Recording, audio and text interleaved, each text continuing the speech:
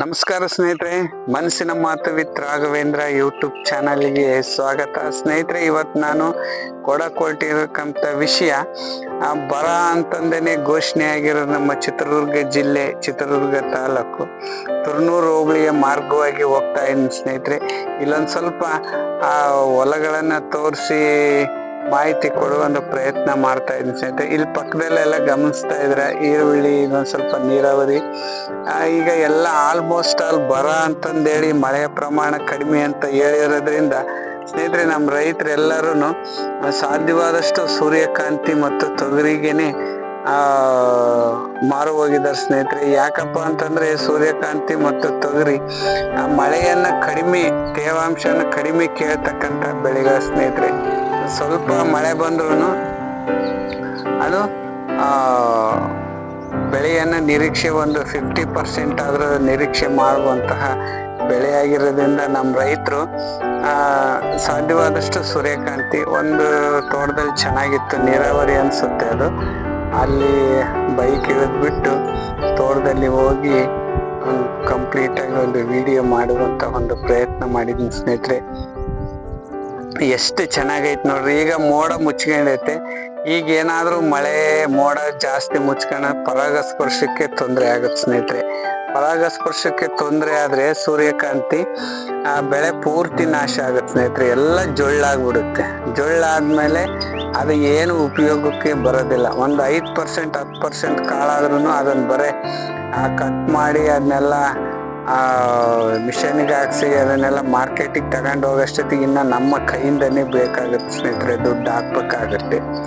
ಅದರಿಂದ ಈಗ ಒಂದು ಸ್ವಲ್ಪ ಎಲ್ಲ ಹೂವಾಗಿರೋದ್ರಿಂದ ಈಗ ಒಂದು ಸ್ವಲ್ಪ ಹೊರಪಾದ್ರೆ ಮಳೆ ಕಡಿಮೆ ಆಗಿ ಒಂದು ಸ್ವಲ್ಪ ಬಿಸಿಲು ಹೊಡೆದ್ರೆ ಜೇನು ನೊಣಗಳೆಲ್ಲ ಬಂದು ಪರಾಗಸ್ಪರ್ಶ ನಡೆಸೋದಕ್ಕೆ ಅನುಕೂಲ ಆಗುತ್ತೆ ಸ್ನೇಹಿತರೆ. ಇಲ್ಲ ಅಂತಂದ್ರೆ ಸೂರ್ಯಕಾಂತಿ ಬೆಳೆ ಸಂಪೂರ್ಣವಾಗಿ ಲಾಸ್ ಆಗೋ ಒಂದು ವಾತಾವರಣ ಇದೆ ಸ್ನೇಹಿತರೆ. ಈಗೆಲ್ಲ ಮೋಡ ನೀವು ಗಮನಿಸ್ತಾ ಇದ್ರ, ಮೋಡ ಎಲ್ಲ ಮುಚ್ಕೊಂಡ್ಬಿಟ್ಟೈತೆ. ಈಗ ಬರದಲ್ಲೇ ಅರ್ಧ ಬೆಳೆ ಹೋಗೈತೆ ಸ್ನೇಹಿತರೆ. ಈಗ ಬಂದು ಅರ್ಧ ಬೆಳೆ ಹೋಗುವ ಒಂದು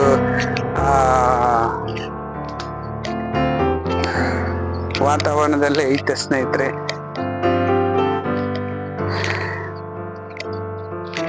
ಇಲ್ಲಿ ಸ್ನೇಹಿತರೆ ಹೆಚ್ಚಾಗಿ ಕಡ್ಲೆನ ಬೆಳೀತಾ ಇದ್ದ ಸ್ನೇಹಿತರೆ. ಮೊದ್ಲೆಲ್ಲ ಮೆಕ್ಕೆಜೋಳ, ಸಿಕ್ಕಾಬಟ್ಟೆ ಮೆಕ್ಕೆಜೋಳಗಳು ಬೆಳೆಯಂತ ಜಮೀನುಗಳು ಸ್ನೇಹಿತರೆ. ಇವು ಮಳೆ ಕಮ್ಮಿ ಆಗ್ಬಿಟ್ಟು ನಿರೀಕ್ಷೆನು ಬಹಳ ಕಮ್ಮಿ ಇದೆ ಸ್ನೇಹಿತರೆ ಈ ಸಾರಿ ಮಳೆದು. ಅದಕ್ಕೆ ಈ ಸಾರಿ ಮೆಕ್ಕೆಜೋಳ ಯಾರನ್ನು ಹಾಕಕ್ ಹೋಗಿಲ್ಲ.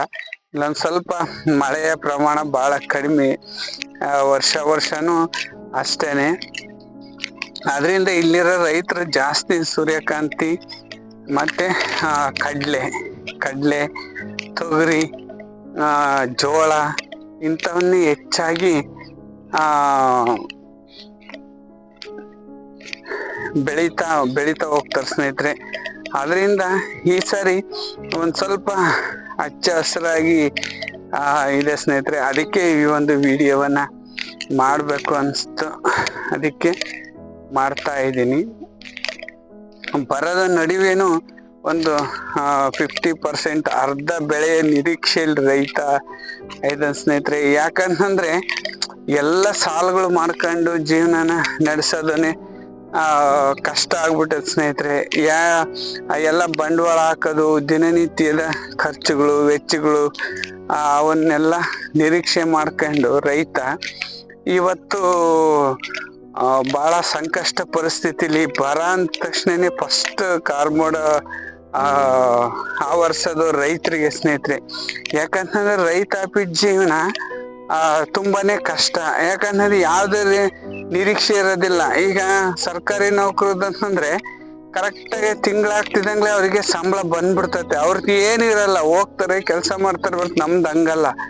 ಶ್ರಮ ಎಷ್ಟು ಇದ್ರೂ ಕೆಲವೊಂದು ವಾತಾವರಣಗಳು, ಮಳೆ ವಾತಾವರಣ ಬಿಸಿಲು, ರೋಗ ರುಜಿನಿ ಎಲ್ಲವನ್ನು ಫೈಟ್ ಮಾಡಿ ಬೆಳೆ ತಂದ್ರೆ ರೇಟ್ಗಳದೊಂದು ದೊಡ್ಡ ಸಮಸ್ಯೆ ಸ್ನೇಹಿತರೆ. ನಮ್ಮ ದೇಶದಲ್ಲಿ ಮಾರ್ಕೆಟಿಂಗ್ ಅನ್ನೋ ವ್ಯವಸ್ಥೆನೇ ಇಲ್ಲ ಸ್ನೇಹಿತರೆ. ರೈತರಿಗೊಂದು ಒಳ್ಳೆ ಒಂದು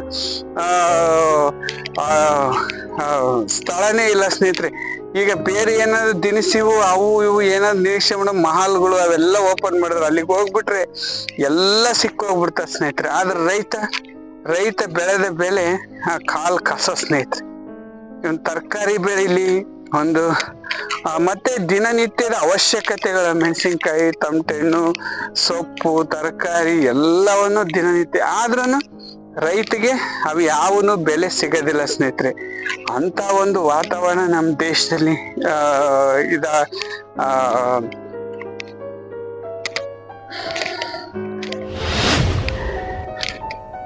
ಅದರಿಂದ ಸ್ನೇಹಿತರೆ ಎಲ್ಲದಕ್ಕಿಂತ ನಷ್ಟವಾಗಿ ನಡೀತಿರೋದಂದ್ರೆ ರೈತ ಜೀವನ ಸ್ನೇಹಿತರೆ. ಯಾಕಂತಂದ್ರೆ ಯಾವುದೇ ಒಂದು ದುಡ್ಡಿನ ನಿರೀಕ್ಷೆ ಇಲ್ಲ, ಲಂಚ ಇಲ್ಲ, ಮೋಸ ಇಲ್ಲ, ದಗ ಇಲ್ಲ, ವಂಚನೆ ಇಲ್ಲ, ಏನೇನು ಇಲ್ಲ. ರೈತ ಬೆಳಿತಾನೆ,